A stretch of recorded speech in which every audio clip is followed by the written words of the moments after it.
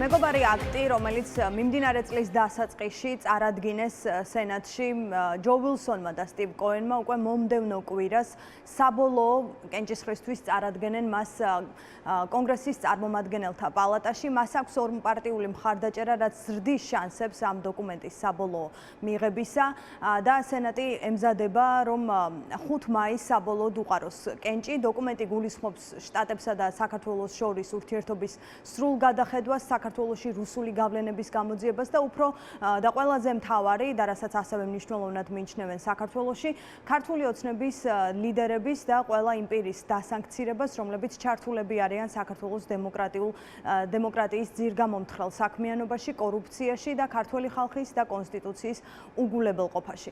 ამ კანონპროექტის ერთ-ერთი ავტორი ჯო ვილსონი სოციალურ ქსელშიც წერს, რომ დონალდ ტრამპს და შეერთებულ შტატებს ზულს ქართული ოცნება, რადგან ის ანტიამერიკულ პროპაგანდას ავრცელებს ჩინეთის სასარგებლოდ.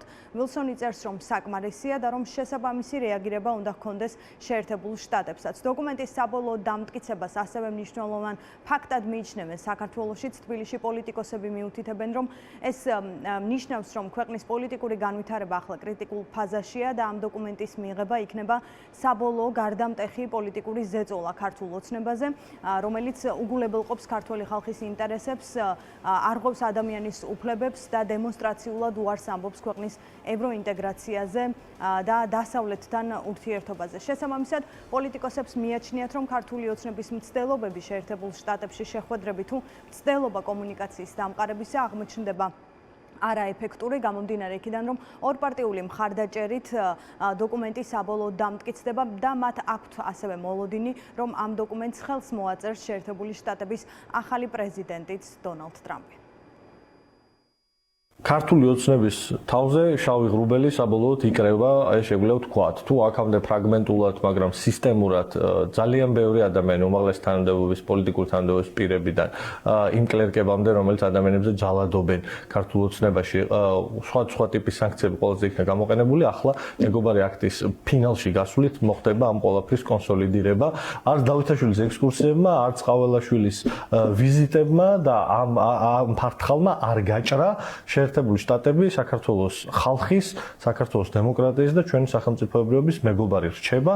ყველა აქამდე უკვე დაწესებული სანქცია ფინანსური, ეს მე ვფიქრობ პირადად არის მხოლოდ უკეთეს შემთხვევაში მათთვის შუაგზა და წინ ჯერ კიდევ ძალიან გრძელი ტკინეული გზის გავლა უწევს ქართულ ოცნებას, თუ ისინი არ შეეგუებიან რეალობას, სადაც მათ მოუწევთ ახალი არჩევნების ჩატარება დემოკრატიულ გარემოში. სანამ ეს სტატუს კო, როგორც დღეს არის, იქნება შენარჩუნებული ივანიშვილის მიერ, დასავლეთი, ანუ იგივე დემოკრატიული მსოფლიო, სადაც დემოკრატიულ ფასეულობებს, არჩევითობას სცემენ პატივს, სამოქალაქო საზოგადოებას სცემენ, თავისუფალ მედიას და თავისუფალ სიტყვას სცემენ პატივს.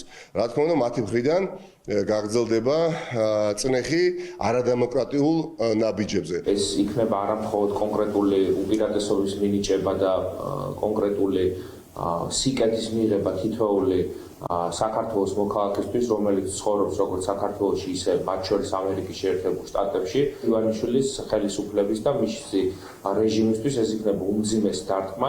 კიდევ უფრო აქტიურად ვიმუშავებთ ჩვენს ამერიკელ პარტნიორებთან, რომ ეს აქტი იქნეს უფრო დაჩქარებული წესით მიღებული, მაგრამ დარწმუნებულები ვართ, რომ თავად აი ამ პროცესში ქართულ ოცნებას არავითარი რესურსი არ ექნება ხელი შეუშალოს.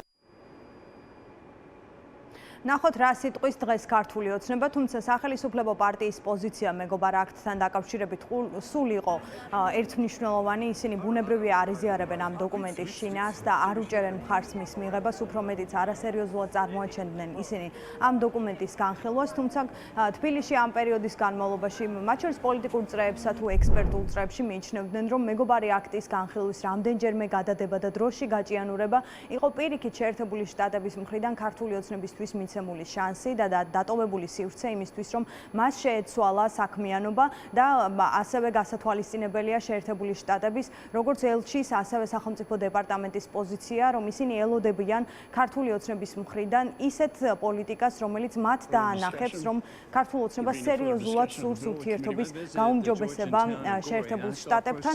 მომდევნო კვირას კი უკვე საბოლოოდ ჩაინიშნა საბოლოო კენჭისხრა ამ დოკუმენტზე, თუმცა ეს არ ნიშნავს, რომ მაშინვე ამოქმედდება და მაშინვე უნდა ველოდოთ დასანქცირებას ქართული ოცნების ლიდერების, რადგან მას სჭირდება ამოქმედებისთვის პრეზიდენტის ხელმოწერა და შემდგომ უკვე დოკუმენტი ითვალისწინებს დაახლოებით 2 თვიან ვადას, როცა ერთის მხრივ უნდა მოხდეს გამოძიება ასევე რუსული გავლენებისა საქართველოში და ასევე დასანქცირება კონკრეტული პირებისა. ამიტომ ახალი ეტაპი ამ დოკუმენტის ამოქმედებისა თუ ამ დოკუმენტის მიღების პროცესში დაიწყება უკვე მომავალი კვირით.